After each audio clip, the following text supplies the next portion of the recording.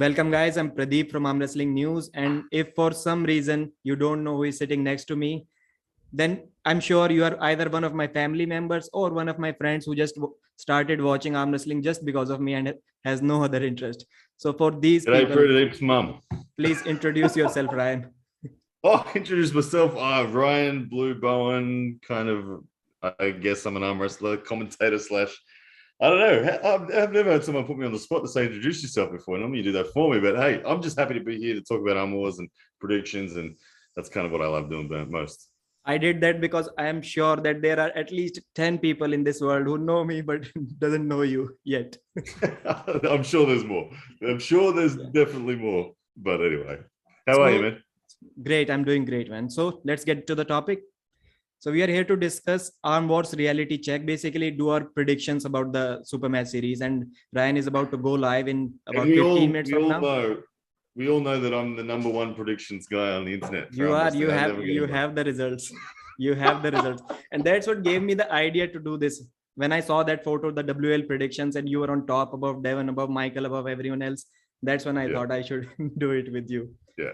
So starting up, the first match, Tom Holland versus Mindaugas Teresitis cancelled. So some news for you. Mindaugas Teresitis got tested positive for COVID and he's not there. So Ryan, who is his replacement? His replacement was from Latvia. What's his name? Have you got it written there? Caspars. Yeah, Caspars.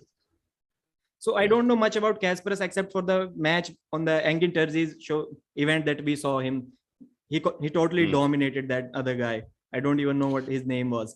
So would you like to give any predictions about this? It's tricky. I mean, it's hard to get past Tom Holland. I think Tom Holland is in such good form. All of the inside information about Tom Holland was when we last saw him pull Giannis, for instance. He was super injured and his right arm was like, he took the match because he just wanted to protect his spot in the WAL. He was apparently in no shape to pull, and yet he still looked good. I've always been a massive fan of Tom Holland. I think he's technically really astute. And I think that if he's healthy, which apparently he is, I think he's going to dominate. I don't know Caspars well, but I don't think Caspars was Mindaugas Teresitis level. I think he's a bit below that. So I think this will be a solid win for Tom Holland. My prediction. Coach Ray said that Caspars is #2 in Latvia at his weight below Giannis. So yeah, he should be good level. And do we have any information how heavy, how much he's going to weigh for this match? I believe they were both coming in pretty much at 78 kilos. I think that was the sort of agreed weight. So it's comfortable territory for both of them. I think that's where they're usually walking around. So no one should be dropping weight or anything. I don't know how Tom is 78 kilos at 6'4" or whatever he is. He's one of the lightest guys, yet has the freakiest bicep strength I've ever seen for someone that light. So Tom Holland for the win on home ground. I too think about that. Like I'm 5'10" and a half, and I look skinny, and I weigh 84 kilos. I'm not sure how Tom Holland is weighing 78 kilos. So I had Tom Holland as the favorite in the Mindaugas match because it is really kind of difficult to top roll Tom Holland, and Mindaugas, he has beaten Mindaugas before on the left arm too. So that's not going to happen. So I'm not in a position to make any predictions about Caspars versus Tom Holland, but Tom has to be the favorite. He has to be. So second match, Janis Amolins versus Geoff Hale. I have to go with Giannis for the form that he's in. He's looked dominant in Latvia. We've seen him get victories over people in heavier divisions than him in his local tournaments. And I think that he was always destined to come to the WAL and challenge for the hammer. I think he was going to be the man to take the hammer if it had come about this season. But with WAL not on the cards, I think that this will be a great opportunity for him to show where he's at. And I think Giannis will win. Having said that, I'm really scared betting against Geoff Hale in Arm Wars because that is his bread and butter. It's where he loves being more than anywhere. And he is a great super match puller over 6 rounds, especially. He's better over 6 than he is in a best of 5. So I think Geoff Hale could cause the upset, but I have to bet on Giannis. I was also thinking the same, like, plus this is a shutout stakes. It's not only Arm Wars, it is a shutout stakes. So Geoff Hale needs to win 1 round in the first 4 rounds. So it is different. If it's a shutout, I would take Geoff. Absolutely. Geoff will get 1 round. I really feel that he'll get at least 1 round. I'd be super surprised. He's so quick off the start. Giannis is super intuitive, and Giannis will know how to protect his hand, but Geoff is so reactive and quick that you just miss the groove, just half the groove once, and it'll be in a position where Geoff will get the win. So I mean, Geoff can top roll, Geoff can hook, there's threat everywhere, and Giannis will know that. So one slight error from Giannis, we'll see a round go to Geoff. I'm such a big fan of the Hellraiser character. I want Geoff Hale to win so bad. I've been constantly trying to think or maybe even create ways in which Geoff Hale can win, trying to convince myself. Yeah. And I couldn't find many. Like I do that too. That too. Like I was thinking about. Yeah. In that match, the shutout was for 6 rounds. He needed to win all 6. But Devon changed it now. Giannis needs to win only 4 rounds. Then he can play with him if he wants. Yeah, that's the right way to do it, I think. So I was thinking about the 7-inch pad. It benefits Geoff Hale. Like Sam Harris easily top rolled him on a 9-inch pad because he dragged him to 2 inches more. And I think 7-inch favors a little bit, like the Geoff Hale versus Sam Harris match. If that match had to happen on ARMWARS 7-inch pad, I would favor Geoff Hale in that match. And the other thing is he's cutting. I heard Geoff Hale say a few months ago, maybe 5-6 months ago, that he once was up to 90-95 kilos. So he must be around 85 kilos at least before this match. And he's cutting to 78 or 79, whatever the weight cap is. And Giannis walks around 76 kilos. So maybe that can give him a little bit of benefit. I can't believe Geoff Hale that big. That's amazing. I know that just seeing Geoff Hale in the live streams that Neil's put out so far, Geoff looks in amazing form. He looks physically like solid. So the head goes with Giannis, but the heart with Geoff for me. Really, really difficult to predict. I will also predict Giannis, but I think Geoff can take a round or 2 in this match. I definitely do. So what is the next match? It shows Raymond Slypins versus Craig Sanders. Well, the Birmingham Bullet, this super match is taking place in Birmingham. So this is literally the home ground of Craig Sanders. I think that Craig is going to be too fast for Raymond Slypins. Raymond Slypins and I have been at each other on predictions for a while. We refuse to back each other in anything. I think I'm going to keep that going.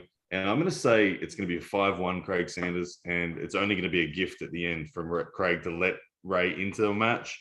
And then Ray will overpower him. But I think Craig is so fast from center. Trying to slip on Craig Sanders is a bad idea. You really have to be brave enough to try to get in the way of Craig Sanders and get the stop. And I just don't think Ray's going to be able to get the stop. I think the savagery from Craig Sanders is going to be big. Neil Pickup will say there's no one faster in the UK than Craig Sanders. So I think that Ray's going to struggle against that speed. If he manages to get it into a slow pull, I can see Ray winning. I think if the stop happens, it's going to be on such an exposed position. Ray, the stop's not going to happen with good fundamentals. It's going to happen with exposed fundamentals, and I don't think Ray can win from there. So Craig's speed plus your will to want to see him lose equals Craig Sanders winning this match. Yep. I would say I'm not qualified at all to speak on this because I haven't been in the arm wrestling game for long enough to watch Craig Sanders pull. Has he been recently active? This is the biggest question for me. I haven't seen him pull that much recently. I mean, he's always done well in the WAL. I mean, he made it to the final of the WAL in one of the, he lost to Tony Katowski in 2016, 2015. So I think he has wins over people like Giannis and all that sort of stuff. Like he's legit. He's always been right up there among that weight category guy. And he floats between, he can float between 75 and 85 kilos. So I think that the bigger version of him up against Raymond's will come out today. And I think that's a really scary version of Craig Sanders. Okay. I have no idea at what level Craig Sanders is. I'm just making a wild guess. Raymond Slypins, 5-1. I have no idea about this match. So next up we have Alex Kodecha, Ryan Espy. It has been, I heard it has been moved to both matches have moved to other day. Sunday. It's been moved to Sunday due to the poor travel situation of Ryan Espy taking forever. I was coming into this thinking Espy was the favorite right and left, more experienced puller. And I think I've heard from Espy that he's just in great form at the moment, but this travel situation with him has been it's a bit of a nightmare, and it could really affect him. the energy levels that he will have lost from having 4 days of travel from Canada to the UK is horrendous. The guy would not have slept. He would not have eaten properly. He would have been just mentally wrecked. I think it's going to be a factor. And I think it's now, I'm going to go Kodecha on the right because of that factor and Espy on the left, where I was Espy right and left if he turned up and was fresh and ready. Yeah, I had Kodecha favorite on the right and Espy on the left because I cannot see Ryan Espy's wrist holding on to Kodecha's pronation. Whether he will able to finish him or not, but his pronation is so. I think there are not 15 people in this world whose wrist would hold up against Kodecha. His pronation is so great. Sure. And Very high level. Kodecha is a bigger man. Frame-wise, he's a bigger man. I think he's probably got 20 kilos on Ryan Espy. He is taller. He is broader. He's a huge human. I've stood next to him, and he's a bigger human than Levan. Like when you're talking about frame, he's a bigger human than Levan. And I agree. Espy is someone who likes to pull outside, so it's going to be a hard day. I mean, Espy's got wins on people like Jerry Cataret, which I put Jerry above Alex, but this is styles make matches, and this is a tricky one. Yeah.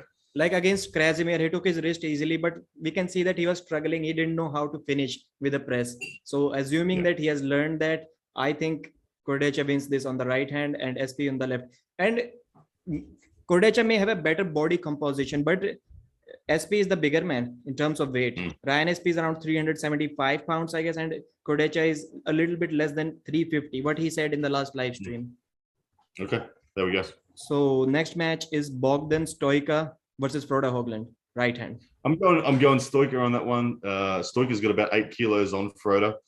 So I think that's a factor. I think Stoica is quite underrated. People don't know him as well as they know Frode Haugland, but I think the center table strength from Stoica is going to be enough that Frode is not going to be able to necessarily get into that groove that he can just outlast everyone. I think his position is going to be slightly compromised, and therefore his endurance will be slightly compromised as well. And I expect Stoica to actually be able to just kind of drive for the pin and get there.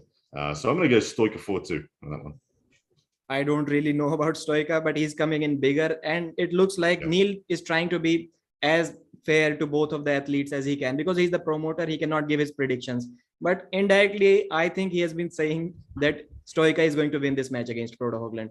He has him as the favorite, so I don't know about Stoica, so I'm going with Neil. We got to rush. I got 2 minutes till I got to click go live. Yeah, just last one in this, and then maybe we'll do a part 2 or something. Sure. So we don't really have any other match on the first day, do we? No, I think RVJ and Sasho and Vladislav and Bozdar are all Sunday due to the difficulties in the Bulgarians getting there. So we'll have to wait and see on that one. So, all right, Lion. Thanks very much for coming in. Maybe we'll do a second part. We'll do a part 2 later on, but enjoy the show. Hopefully we get some epic matches, and hopefully all my predictions come true. Stay tuned for part 2. Bye-bye.